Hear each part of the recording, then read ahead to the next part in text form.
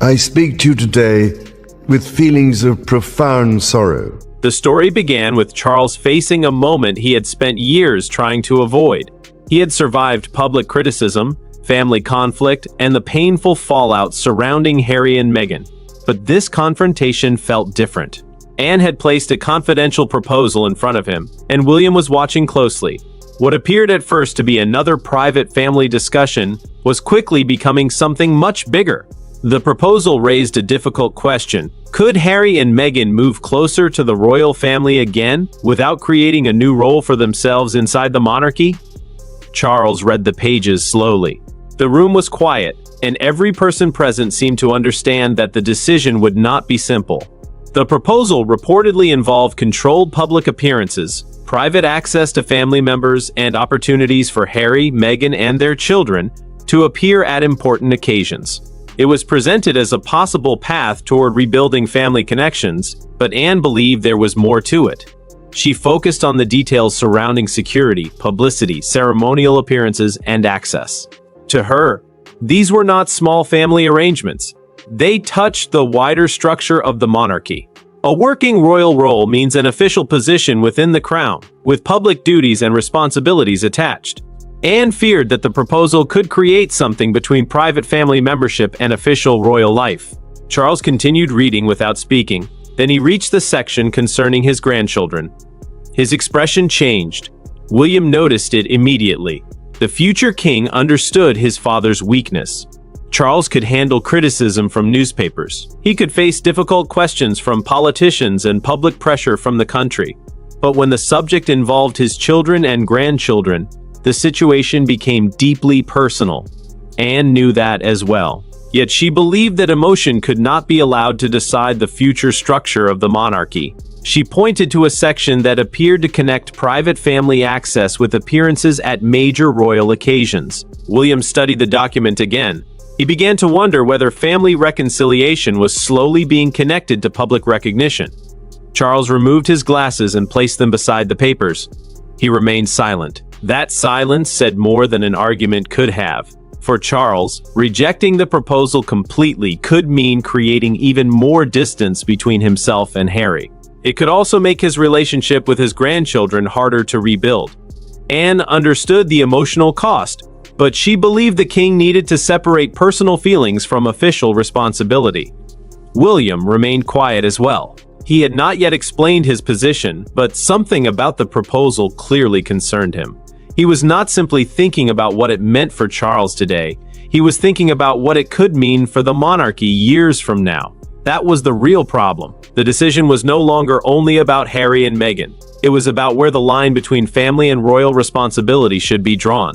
Charles saw a damaged family that might still be repaired. Anne saw a possible institutional risk. William saw the possibility of an old conflict returning under a different form. And as the room grew quieter, the most difficult questions slowly emerged. Where should forgiveness end, and where should royal responsibility begin? Charles kept returning to the same thought. Harry was still his son. No argument could change that. And Harry's children were still his grandchildren. The years of distance had not erased that bond. For the king, this made every decision harder. A private family relationship could be handled through affection, patience, and personal choice. A working royal position was different. It involved public duties, expectations, accountability, and a clear relationship with the crown. Anne believed the proposal blurred those two worlds. She referred to the correspondence that had accompanied the plan. In her view, it appeared to request access to the visibility of royal life without accepting all of the restrictions normally placed on working members of the family. That distinction mattered. Anne was not saying that Meghan should be prevented from seeing family members. She was questioning whether private reconciliation should automatically create a path toward public royal recognition. Charles struggled with the argument. He admitted that refusing everything could push Harry even further away. His voice carried disappointment rather than anger. He feared that another rejection could become another permanent wound. Anne listened, but she did not change her position. She understood Charles's guilt. She also believed guilt could lead to decisions that were difficult to reverse. William finally spoke. He told his father that reconciliation should not depend on giving Meghan a semi-official place within the monarchy. Private family contact could continue, but the public role of the crown needed different rules. William's concern was simple. What would happen if one part of the family operated through the palace, while another remained independent but still received royal visibility and influence? The public could easily become confused. The monarchy depended on clearly understood roles. If those boundaries became unclear, every future disagreement could become harder to manage. William moved toward the door but stopped before leaving. He turned back toward his father. His message was quiet but firm. The decision could not be made simply because the family felt guilty. Charles did not answer, but the words stayed with him. Anne then explained why she had become so concerned. She had seen an earlier request that at first appeared harmless. It involved family contact and a possible appearance at a Windsor gathering. At the time, it did not seem like a major issue. Later, however, Anne believed that request had revealed something important. The relationship between the Sussex household and royal representatives had begun reopening around family occasions and possible private visits. Charles had welcomed the contact because he hoped small steps might reduce years of bitterness. He saw an opportunity for healing. Anne saw the situation differently. She noticed that the language surrounding those conversations gradually began moving beyond private family contact. Questions about ceremonial placement, media arrangements, public appearances, and Meghan's position started entering the discussion. For Anne, that changed everything. Ceremonial appearances may look simple to the public, but inside a royal setting, placement and access can carry meaning. Where someone stands, who they appear beside, and how the palace communicates their presence can all send a message. Then came the earlier Windsor request. According to the story presented in the correspondence, Meghan wanted a defined position near senior members of the family at a future gathering, while also seeking flexibility outside the usual palace communication structure. Anne studied the request carefully. She did not immediately confront Charles. Instead, she kept the correspondence and waited. Charles initially believed Anne might be reading too much into the situation. He felt that some flexibility might be necessary if the family genuinely wanted to repair its relationships. Anne disagreed. Her fear was that one exception made in the name of reconciliation could become the reason for another exception later. Charles saw a door opening. Anne saw the possibility of that door becoming impossible to close. Their disagreement was painful because they were both trying to protect something they cared about. Charles wanted to protect his family. Anne wanted to protect the crown. Eventually, Anne made sure William was aware of the earlier request. When William read it, he understood why she had become concerned. Then the larger proposal arrived. Anne placed the earlier correspondence beside the new document. Suddenly, the two pieces appeared connected. What had once looked like an isolated request now seemed, from Anne's perspective, like part of a broader attempt to find out how far the palace might bend. She could no longer remain silent. Anne did not shout at Charles. She did not need to. Her calm approach made her argument even more serious. She explained that the proposal appeared to move beyond family reconciliation and into questions of public standing. Charles tried to defend compromise, but every answer eventually returned to the same emotional issue: Harry and the grandchildren. William remained silent for much of the discussion because he understood that whatever decision Charles made would eventually affect him. As future monarch, William would inherit the consequences. Anne finally asked the question she believed Charles had been avoiding. Was he willing to accept the proposal because it was the right decision for the monarchy, or because rejecting it might mean losing even more contact with Harry and the children? Fell silent. Charles looked down. He pressed his fingers against his eyes and leaned back. For a moment, there was no king, no constitutional discussion, and no palace strategy. There was simply a father who was afraid of losing more time with his family. Anne's expression softened, but she did not withdraw her argument. William then explained another concern. He had reportedly received indications through royal channels that meaningful reconciliation might also involve visible recognition of Meghan's place within the wider family. To William, this was the point where private reconciliation could become public influence. He explained that physical presence was not the main issue. The real question was whether Meghan could regain a level of royal influence without returning to the responsibilities normally attached to working royal life. Anne agreed. She told Charles that the issue was not whether Meghan could return to Britain or spend time with family members. The issue was whether royal visibility and influence could be restored without the same level of accountability. That was a much larger question. Charles finally looked directly at William. If this decision belonged to William alone, what would he do? The question changed everything. William understood that his father was not simply asking about Meghan. He was asking whether the future king would choose family peace over institutional boundaries. William answered carefully. He explained that Charles could control private family invitations. He could decide when to see Harry and the children. He could choose to rebuild that relationship personally. But official royal status was different. It required defined responsibilities. It required public accountability. It required a clear connection to the crown. William believed those worlds could not be mixed whenever emotions became difficult. Charles listened. He wanted Harry closer. He wanted his grandchildren in his life. He did not want another public fight. But William argued that giving someone official visibility simply to repair a family relationship would not create genuine peace. Instead, it could create a new problem. Anne supported him. She warned that exceptions rarely stayed small once the public had seen them. One major appearance could create expectations for another.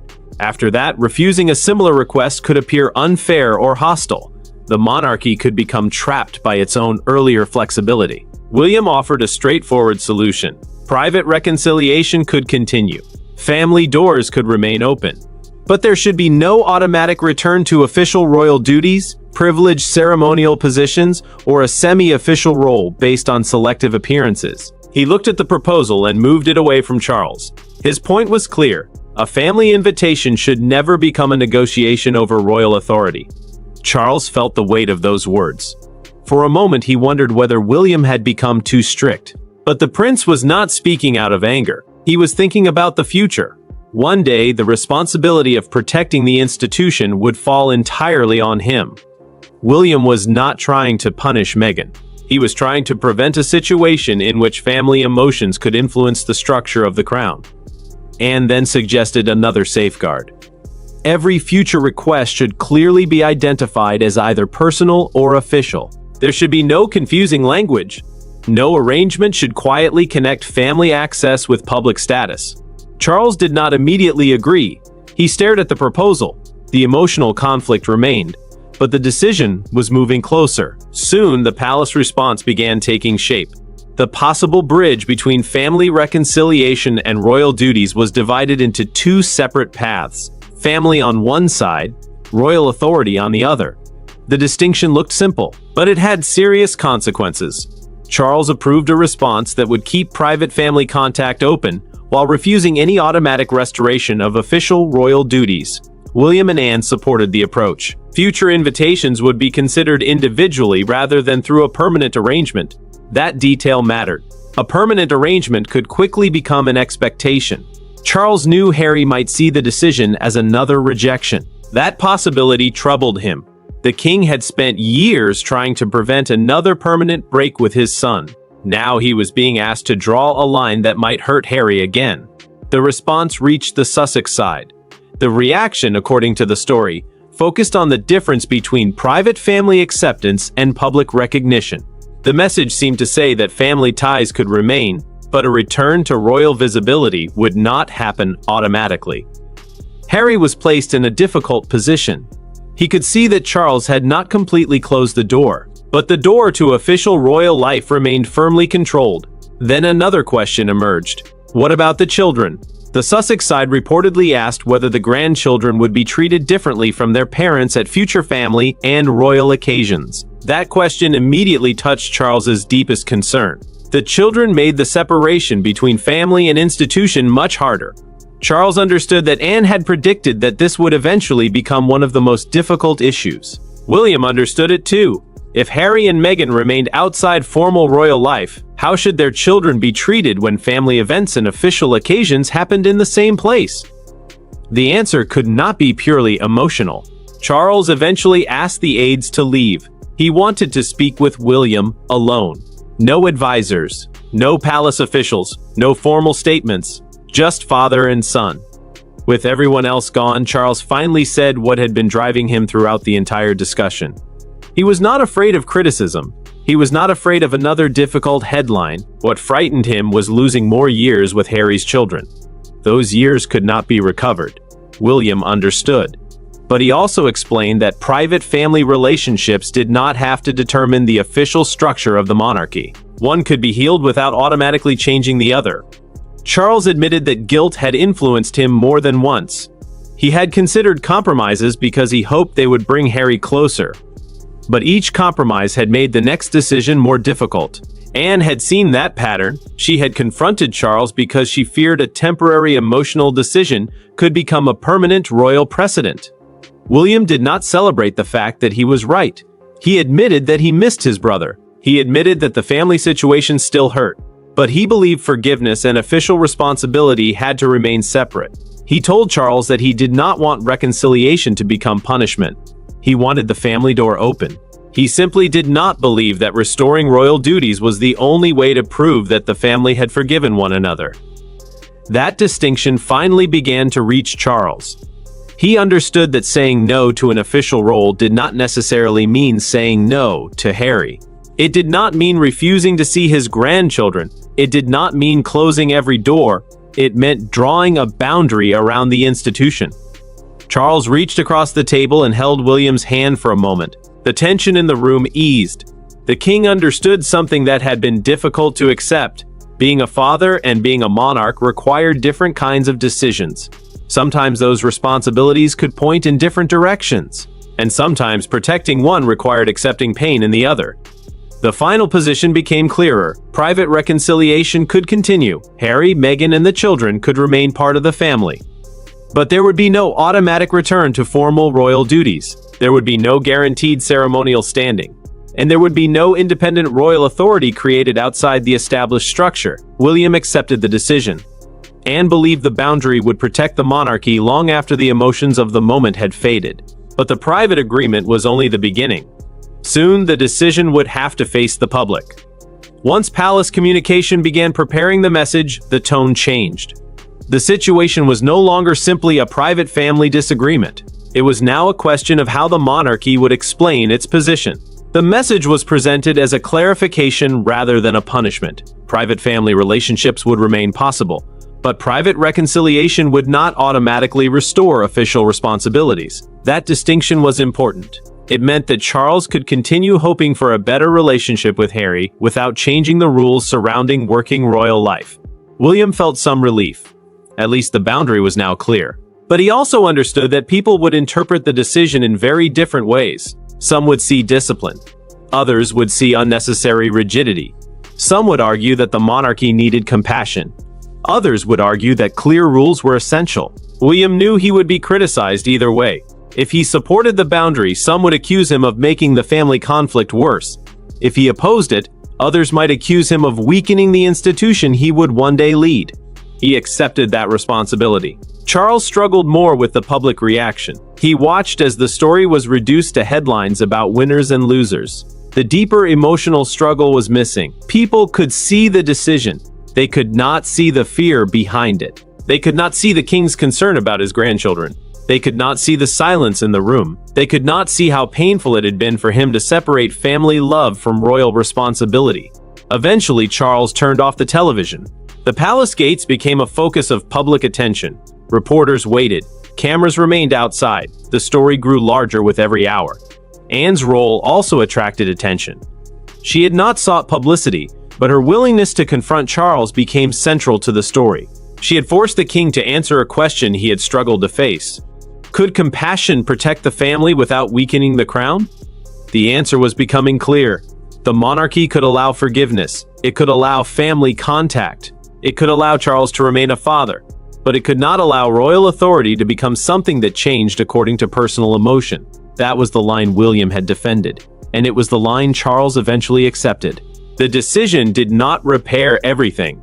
Harry was still Harry. The years of separation still existed. The emotional wounds did not disappear, and Charles still had the same fear of losing time with his grandchildren. But something had changed inside the king. He no longer believed that every refusal was another rejection. He began to understand that boundaries could sometimes protect relationships rather than destroy them. Anne spoke privately with Charles after the final response had been prepared. She told him that confronting him had not been easy.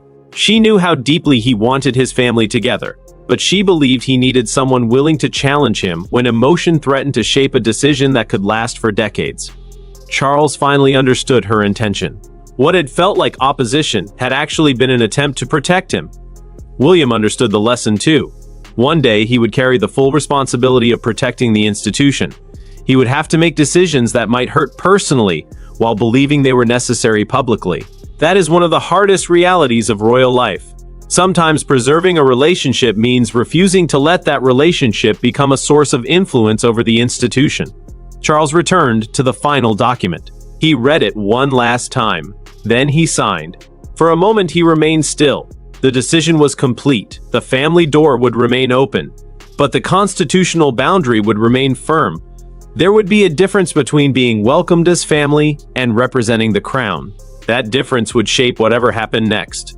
The confrontation that began with Anne placing a confidential proposal before Charles had forced the king to face a painful truth. He could love his son without giving him an official royal position. He could love his grandchildren without changing the structure of the monarchy. He could hope for peace without allowing guilt to control the future. William had drawn the line. Anne had forced the question, and Charles had finally found a way to live with both sides of the decision. The crisis was not really about one document. It was about the future. It was about whether the monarchy could remain compassionate without becoming unclear. It was about whether family forgiveness could exist without changing institutional rules. And most importantly, it was about whether Charles could separate the role of father from the role of king. In the end, the answer was yes. The family relationship could remain open. The official royal structure could remain protected. Those two truths did not have to destroy each other. And perhaps that was the most important lesson of the entire confrontation. The monarchy could forgive without forgetting. It could show compassion without surrendering responsibility. And Charles could remain a father while still carrying the weight of the crown. The story ended not with a dramatic public confrontation, but with a quiet decision behind closed doors. Anne had challenged him. William had stood firm. And Charles had finally accepted that reconciliation did not require surrender. The question now was not whether the family could ever heal. The question was what kind of relationship could exist after the boundary had been drawn. Because once that line was established, everyone would have to decide what came next. For Charles, the hope of family reconciliation remained alive. For William, the future of the monarchy remained protected. For Anne, the warning had finally been heard. And for Harry and Meghan, the path forward would now depend on whether family contact could exist without becoming a return to official royal life. That distinction could shape the royal family's next chapter. And as the palace moved forward, one thing had become impossible to ignore. The deepest conflicts inside a royal family are not always decided by public speeches or dramatic announcements. Sometimes they are decided in silence. Sometimes they are decided around a table. And sometimes the most powerful moment is simply when a king realizes that loving his family does not mean giving up the responsibility of protecting the crown. That was the line Charles finally chose. And that was the decision that changed everything.